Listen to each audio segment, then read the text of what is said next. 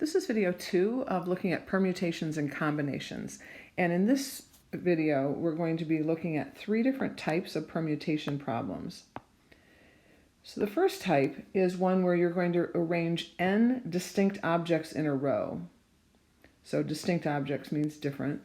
And you'll see as we go through this that this particular problem means that we're going to use all the objects. So if I have 5 objects, I'm going to take all 5 of those and arrange them in a row.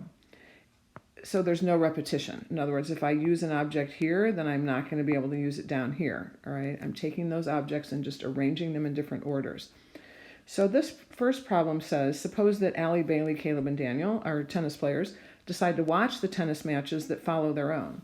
And this says, in how many ways can the 4 students sit in a row on the bleachers? So I've already kind of started this one. This is another one that you could do with a tree diagram.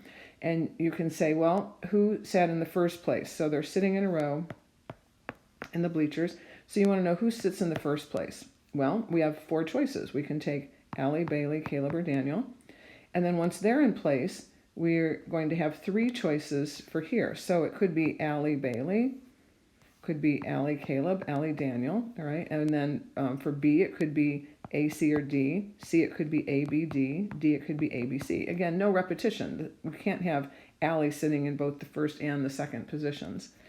Right? Then we would go on and we would say, so you'll notice, by the way, that this tree is kind of like the tree that we had here for first place and second place, except this one, we're going to take everybody. So now we're going to have the third person in a row. And what I want you to notice here is that there are 4 choices for this first place. And then those branch out into 3 places. So we have the 12 that we have all together that we had back here also. We had 12 different things. All right, but we're going to keep going. So now we're going to say, well, we could have Allie and Bailey. Well, then we have 2 choices here. We could have Caleb or Daniel. If we had Allie and then Caleb, then we have 2 choices here. It could be Bailey or Daniel. Right? And hopefully you can see here that each of these 12 that we have here, 1, 2, 3, 4, 5, 6, 7, 8, 9, 10, 11, 12, are going to branch out 2 more times. And so we're going to end up with 4 times 3 times 2, or 24. And then when we have our 4th choice right here, Allie, Bailey, Caleb, then we have no choice for this one. It has to be Daniel. This one has to be Caleb. This one has to be, what do we have? A, B, C. This one has to be D. This one's A, C, D, so we need B. All right, but you can see that each of those are only going to branch out.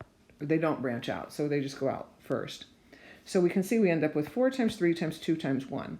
So for problems like this, you don't have to make a tree diagram. You can also kind of think of it like this and say, here are my 4 places. Excuse me. How many choices do I have for the first place? Well, I have 4 choices here. And then that's going to multiply by 3 choices here. We can see the multiplication going on with the tree. And then I have 2 choices here, and I have 1 choice here. So what I end up with is 4 times 3 times 2 times 1. I end up with 24 altogether. But I also want you to notice that this is 4 factorial from one, just a review of what we did the other day. So in general, if you have n distinct objects that you're going to arrange in a row, then if you think about the choices that you have n choices here. You have n minus 1 choices for the next one. You have n minus 2 choices all the way down to 1 choice. So that's going to be n factorial. So again, remember that means we have n objects. We're going to arrange them in a row. So all the objects are going to be used, no repetition. The second type is a permutation problem where repetition is allowed. So this problem says, suppose that a combination lock, that's what we call them, right? Combination lock, is made of 3 wheels, each containing the numbers 0 through 9. And the question says, how many possible lock permutations are possible? So if we think about that, if you think about a lock, think about your locker. When you go to your locker, if your locker combination is, say, 17, 5, 10, or something like that, if you put in 10, 17, 5, your locker is not going to open, right? So we call this a locker combination, meaning, we know that the order is important, isn't it? So really it's a locker permutation, not a locker combination. So anyway, so this one we can allow repetition. So we have the numbers 0 through 9. If you count those up, there are 10 digits there, right? 0, and then 1, 2, 3, 4, 5, 6, 7, 8, 9. So there are 10 of them. So you have 10 choices here, 10 choices here, 10 choices here. So that's going to be 10 to the third power. So again, if we generalize, it says if we have n things to choose from and we want to create an ordered list of r of them, allowing repetition, then the number of permutations is, right? So if we just think about what's going on here, here we had 10 things to choose from. Here we have n things to choose from. So we're going to have n choices here, n choices here, n choices here. And it says we want to make an ordered list of r of them. So we would just go down r times. So this is going to be n to the r power.